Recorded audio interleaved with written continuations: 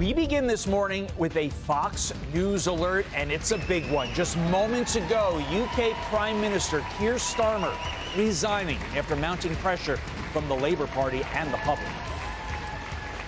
My party is asking now is whether I am best placed to lead us into the next general election.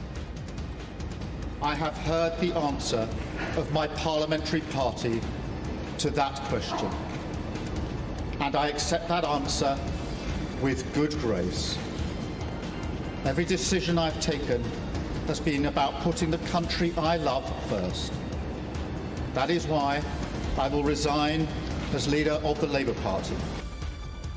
You are watching Fox and Friends First on this Monday morning. I'm Ashley Strohmeyer filling in for Carly Shimkus. And I'm Todd Pyro. Let's bring in Fox News senior correspondent Benjamin Hall to react, give us the latest information. And Benjamin, look, we've been talking about Starmer resigning for months now. Then it seemed to go away, at least here in the States, for a couple of months. What happened in the last week that led Keir Starmer to officially resign? Yes, I mean, look, everyone knew it was coming at some point. The question was when.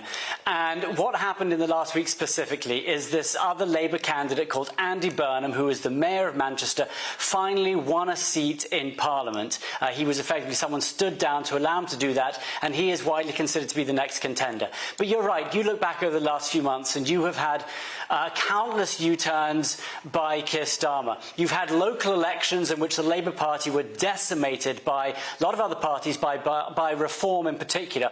And of course you had Peter Mandelson, who was the man that Keir Starmer picked to become ambassador to America. And it turned out he had close relationships with Jeffrey Epstein, hadn't disclosed them, and Keir Starmer knew that when he put him in place. So all of these different things had been building, but it was the appointment of Andy Burnham, who is widely expected to be the next Labour leader and then the next Prime Minister in the last week that really made the move. But look, the next Prime Minister will be the 7th Prime Minister in 10 years here in the UK. It has been a decade of constant overhaul, and the party, the country, just can't seem to decide which way it wants to go. No, Ben, that was my question. I mean, this kickstarts, this process for the country to see, as you said, the 7th leader in a decade. That's a lot of turnover. That is an ever-revolving door. What does that mean historically for the country, and really, what does it mean, for the time being right now? Well, yes, if you went back 20 years, much like the US, every prime minister was in place for 5 years and there was another election, and it was like that for decades and decades. Well, that has changed dramatically. What we expect to see now, and Keir Starmer said it in his resignation speech, is that a new contest will begin on July the 9th, and he will stay prime minister till then. Now, the Labour Party will pick the next Prime Minister because they're the party that was voted in. And there are a couple of other candidates who might run for it as well. There's West Streeting is the main one at the moment. But Andy Burnham has been talking to West Streeting, and it appears as if they might be doing a deal with Andy Burnham telling this other man, if you stand down, I'll give you one of the plum roles in my government. Now, that means that it would be considered an appointment, that the party won't have voted for the next Prime Minister, and that upsets many people. So either you have these candidates running against each other, which frankly hurts the party because they all criticise each other for 2 months, or else you pick one person in this case, and many people criticise that as being a coronation. So either way, there's going to be criticism of just moving on to a new leader without the country itself having elected him. Ben, a face familiar to the Fox audience, of course, is Nigel Farage. Was this move done with an eye toward eventually staving off a Nigel Farage prime ministership? 100%. In the local elections that took place in May, the Labour Party lost across the country to Nigel Farage's Reform Party. They are right now the biggest party in the UK, and they came from nowhere the last couple of years. Now, in the by-election that took place just a week or so ago, in which Andy Burnham won, he did surprisingly well against reform. And so many people in the Labour Party are saying, well, wow, this might be the one person who can push back against Nigel Farage and his party. And that is why they have pushed against Keir Starmer. That's why they forced him to resign, because they think that this guy, Andy Burnham, might be the one person who can fight back against Nigel Farage. But still, you look at the figures right now, and the Reform Party, Nigel Farage, has a clear, if there was a general election, has a clear path to victory. So there are 2 more years till there has to, 3 more years almost, till there has to be a general election in the UK. So whoever comes in next could just keep waiting and stay in power that long. But that comes down to who wins this by-election, how they choose the next leader. Will they force that general election to be sooner? The sooner it is, the more chance Nigel Farage has of becoming the next or the second future Prime Minister.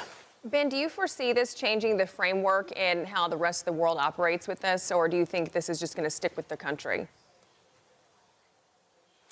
Well, look, you look around other countries in Europe and they've seen quite a lot of flipping as well, of prime ministers as well. There seems to be a change right now, particularly I would say with middle-level countries who don't quite know where they stand. I will say when we look at the world, you have to see how Keir Starmer, his relationship with President Trump, because frankly the most important thing that the UK does at the moment is shore up its special relationship with America. Now, Keir Starmer began with a really quite strong relationship with President Trump. They are on different sides of the political spectrum. You know, Keir Starmer and the Labour Party had left. President Trump is a Republican. So they are on either side. But after the beginning, and Keir Starmer came to the White House, the Oval Office, he gave President Trump a formal invitation to the second state visit. It was the first time a president had been given that. The relationship was close. They seemed really close friends. And then that started to fall apart.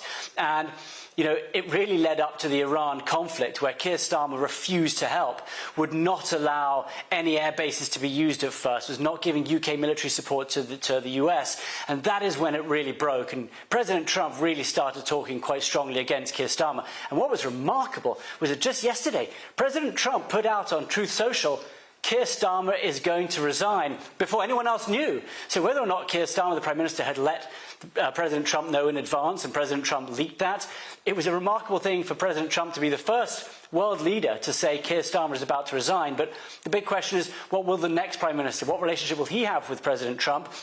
And if it's Andy Burnham, well, he is going to move further to the left over here. The Labour Party like him because he's going to be far more liberal. And in fact, the bond markets, by the way, are jumping when he was voted into the by-election. So it's tough to see how he's going to have a closer relationship with President Trump than Keir Starmer did. And that isn't going to be great for the UK, because it's our relationship with the US that gives the UK so much strength, so much support. And we're going to get more into the U.S.-UK relationship now that Keir Starmer has resigned, with Steve Yates coming up in a few minutes. Benjamin Hall, great insight, great reporting. We appreciate your time this morning on this historic morning. Be sure to like and subscribe for all the Fox News latest on YouTube, and catch full shows streaming now on Fox One. अंधेरी दीवारों में खुद को ढूंढता हूँ गए जो दिन सहाने थे उन्हीं को सोचता हूँ मैं तुम्हारे बिन ये मौसम भी बड़ा बेसर्द लगता है दिल का हर एक कोना अब बहुत ही दूर भरता है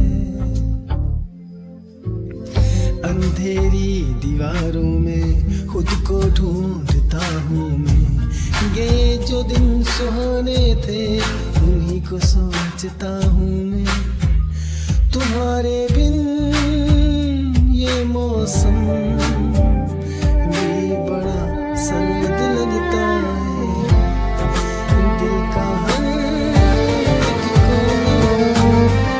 बहुत ही दर्द भरता है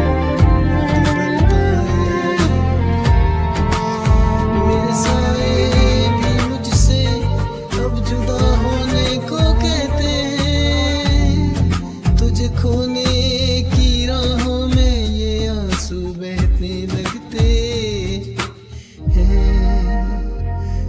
कहाँ जाऊं कहाँ ढूंढूं मेरा वो साजो सामा तो मेरी हर एक तमन्ना तू मेरी रूह का मका तू लकीरों में नहीं लिखा जो तुमने ख्वाब देखा